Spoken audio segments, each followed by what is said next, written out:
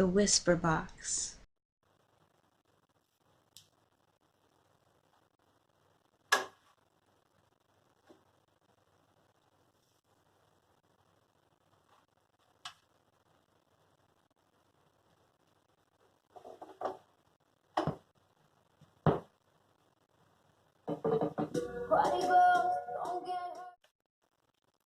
Hey guys, it's Dana from the Whisper Box, and welcome back to my channel.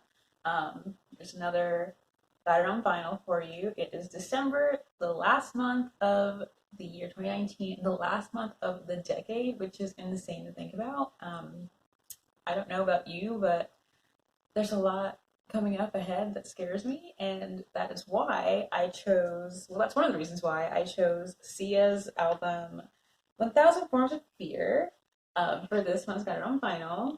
This album is from the year 2014, and in all reality, I don't remember listening to it in its entirety on digital, so when I listened to it on vinyl, the only ones I remembered were the singles and Free the Animal, which I'll talk about later.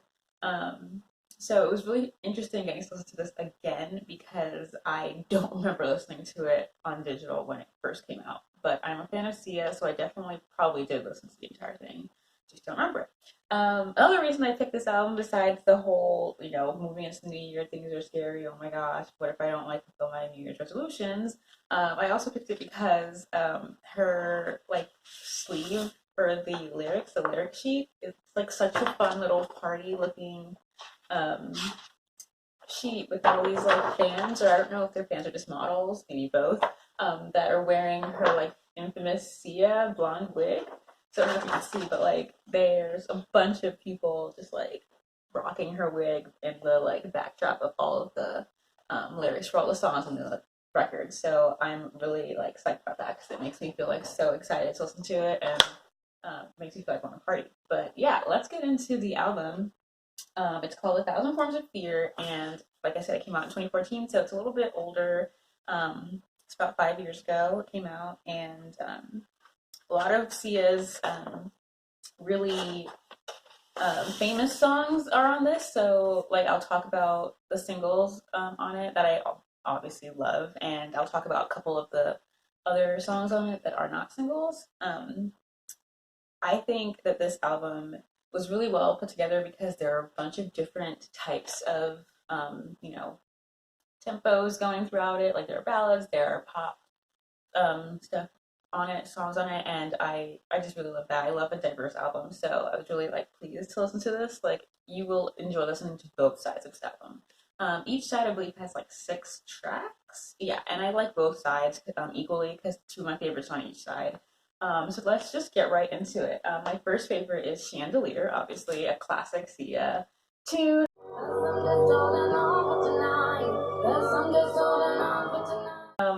I love that, it kind of starts out like kind of happy-ish, like with this whole like, kind of she starts a scene of like this whole party girl type thing, and then it kind of gets like really melancholy throughout. And you see me looking down and looking at my notes. um, she talks about like keeping her glass full until morning light, and I think that's like the perfect, um, you know, like image in your brain of like someone on like New Year's Eve, just like at the bar with their friends or like at whatever New Year's party, like just trying to hang on to the end of the night and like hang on to whatever happiness they felt at the end of the year and bring it into the new year. So I think that was really fun to connect to my theme for this month, and it's just a really interesting song. It's a nice mixture of melancholy and like happiness. So I think it was really well done. Another one of my favorites is called Big Girls Cry.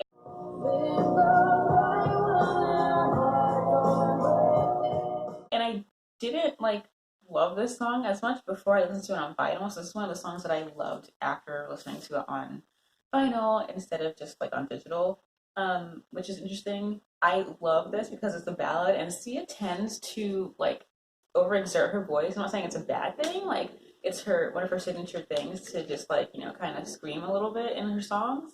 But in Big Girls Cry, she sticks to her alto range, and it's amazing. Like I love her range when she does alto, alto songs in alto, and Yeah, I think it's a really great song. It's a really powerful ballad. And it's kind of sad, obviously, because it's talking about crying. And yeah, I think it's really great if you want to hear Sia singing in like a calmer, non-screamy, like non-hyper um, setting. If this is a really good song for that, if you want to be proven wrong about whatever feelings you have about her like higher pitched voice. I do love her both voices, but I do like her alto voice more. Okay, and those first two were on the first side of the album. The second side, side two, has another infamous Sia song called Elastic Heart.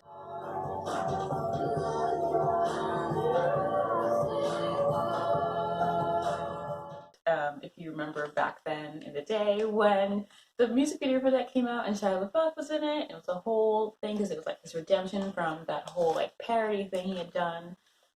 It feels like ages ago, does it not? Oh my goodness. So yeah, if you haven't checked that out, like you probably have been living under a rock or you weren't old enough when it came out to remember. So check out the music video for Elastic Heart. Elastic Heart also has The Weeknd and Diplo on it as writers. So if you like them, you'll probably enjoy this. The beat for the song is very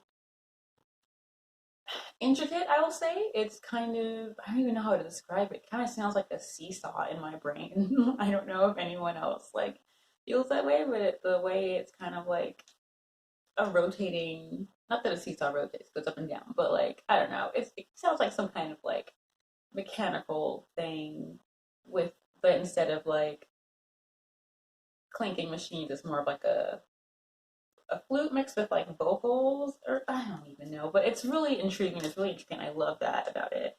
And she talks about having thick skin, which is something I think everyone should have going into 2020, regardless of whatever's going on in their life. If their life is pure bliss right now, or if it's pure tragedy, totally go into 2020 with a thick skin because it's the start of a new decade and we're gonna all need it. I also really enjoy the fact that she mentions fire in this um, track. Is it this track or is it another track?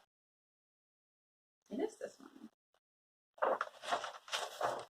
In this track, she talks about walking through fire to save her life, and that's a theme in a lot of her songs, talking about fire. For some awkward reason, she's like from Australia, and I feel like everyone from that side of the planet in their music like has like this odd, like very odd themes. Like Lord is from New Zealand, which is close to Australia, and she loves to talk about like teeth in her songs, and I feel like Sia's equivalent is fire, honestly, because she talks about fire, walking through fire in the song, um, which I mean, I don't have a problem with it, obviously, because I love the song and everything. But then she goes on in the next song, which is not on my list of favorites, but it's still a great one. If you really like Sia stuff, definitely check it out. It's called Fire Meets Gasoline, which is also about fire. And then on one of her other albums from like 2016, she has a song called House on Fire. And I'm like, what is this woman's fixation with fire? She's like a lyrical arsonist, I guess. I'm really struggling to get this back in, as you can tell, but I'm just going to leave it out for now. But yeah, I really enjoy that she takes that theme throughout and didn't even like stop with that theme on this album. Like she continued with it 2 years later on her other album, which I believe is called, oh, what is it called? This is Acting, yes. And then my last favorite is called Free the Animal.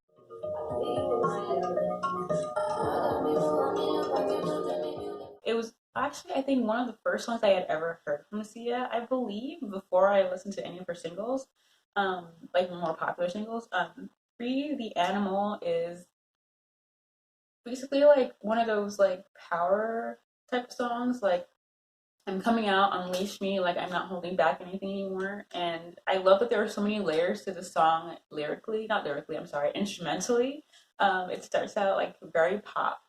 And then for the bridge, it just goes straight into reggae. And I'm just like, I love everything about this. It's such a great song. I think it's undoubtedly like my favorite on the album. Like I'll listen to this Be the Animal like over and over and over again. I just love it so much.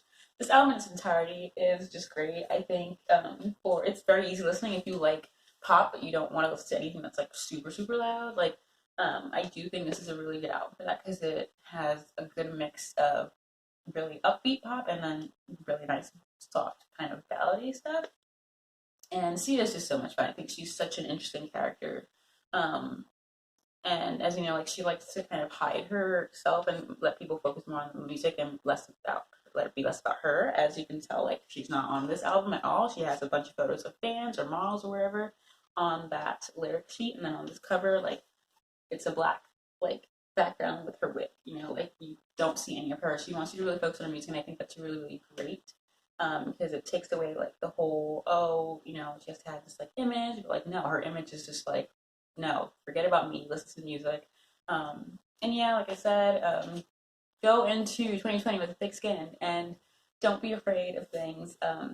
There are more than 1,000 forms of fear, I believe, and none of us should let it get to us in 2020. So here's to a new year. Happy holidays. And yeah, I hope you enjoyed this episode. I will be back in February, I believe. And before then, or maybe after that, I will definitely have a vlog because I have requested paid time off from work. So I could do something fun during that time. And yeah, so I'll see you then. Thanks for watching. Bye.